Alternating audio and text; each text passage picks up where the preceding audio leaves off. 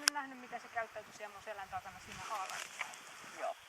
Että sehän on nyt tommonen, että sitä kiinnostaa lähinnä toi kaikenlainen haistelu ja Joo. se on niinku, mikä vie sen huomioon. Joo. No, katsotaan mitä me täältä tänä päivänä nyt sitten löydettiin.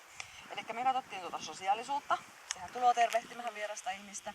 Lähti sen mukaan, mutta se ei kiinnostunut siitä.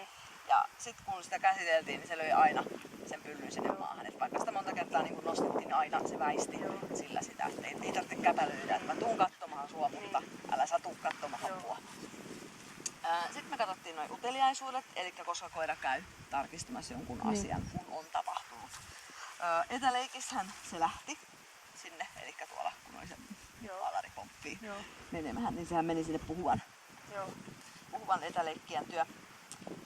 Sitten yllätyksellä sehän ei periaatteessa pelännyt sitä, eli sille ei ollut vaan kiinnostusta lähteä katsomaan sitä asiaa, mitä siellä on.